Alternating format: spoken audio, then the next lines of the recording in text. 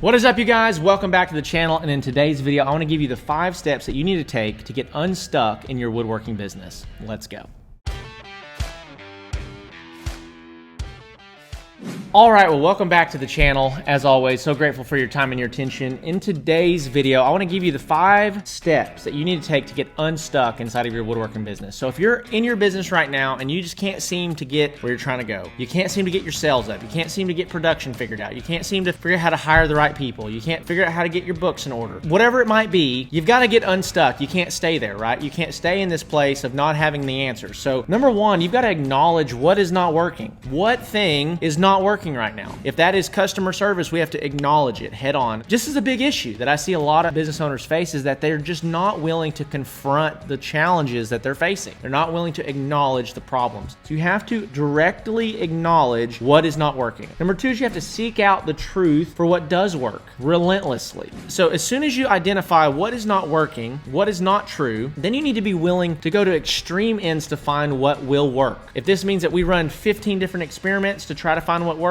we run 15 different experiments. If this means that we hire multiple different people on a 2-week trial basis to find the right person for this job, that's what we do. If it means that we hire a coach to come in and tell us what we're missing or what we're not seeing, that's what we do, right? We seek out the truth for what does work, and we do it in a relentless fashion, okay? Number 3 is that we put in the required work plus about 20% more to make sure that it works. And this is where I see a lot of people make mistakes, is that they will put in what they think is just enough work to get me where I'm trying to go. Here's the deal. If I fail, I don't want to fail as a result of me having a poor work ethic. I don't want to fail as a result of like the system that we tried to implement was gonna work, but I just didn't do enough to get it there. So we have to be willing to put in the required work plus about 20% to make sure that whatever we're doing works. Don't let your lack of a work ethic be the reason that something fails. Let the strategy be the reason that it fails if it's gonna fail. If you remember one thing out of this video, remember this. Make it unreasonable that you wouldn't succeed based on how much effort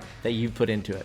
Okay, number 4, make sure that you have 4 healthy things in your business at all times. These are the 4 big ones, okay? Now, there are 1,000 things that you need to make sure are healthy inside your business, but these are the 4 main ones that I believe. Number 1 is marketing. Do I have a healthy outflow of marketing so that people know me, like me, and trust me? Number 2 is sales. Are my systems for sales set up for success? Say that 5 times as fast as you can. System for sales set up for success. That means, do I have the right scripts? Do I have the right talent? Do I have the right process? Am I using my marketing efforts in the best and most efficient way to generate the most sales? Number 3 is fulfillment. So however you make and fulfill on whatever your promises are. If you're building furniture, if you're building pottery, if you're building whatever, are you doing that in an efficient way so that you're making as much money as possible, so that you are getting stuff to the customer as fast as possible, keeping clients happy? And then number 4 is your finances. Are your business finances healthy? And so when we talk about that, we need to understand our margins. We need to know what our costs are. Listen, if you are building stuff right now and you don't have a really clear understanding of what your costs are, your material costs and your labor costs in everything that you build, you need to figure that out, because you cannot grow, you cannot scale, you cannot get unstuck if you don't figure that out. That's the first step to getting unstuck, okay? So the 5th and final step that you need to take to get unstuck inside of your woodworking or handmade business is that you need to focus on adding the right talent to your team.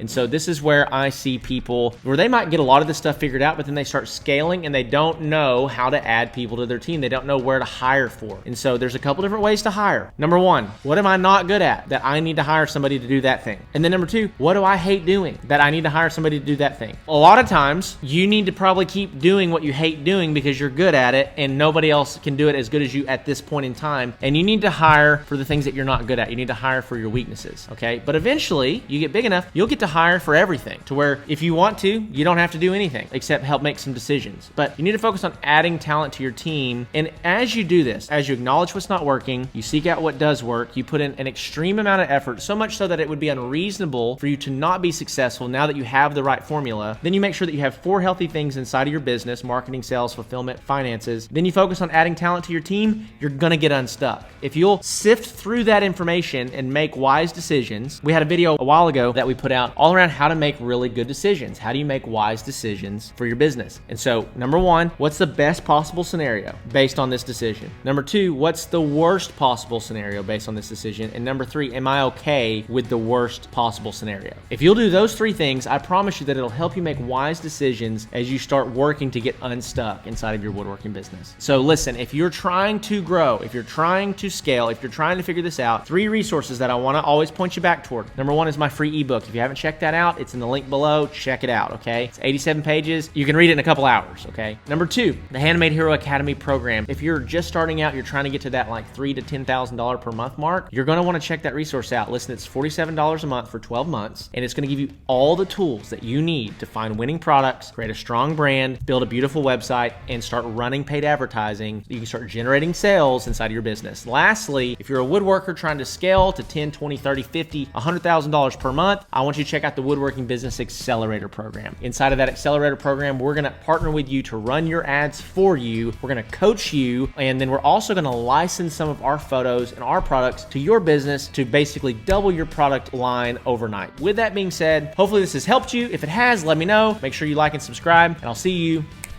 in the next one.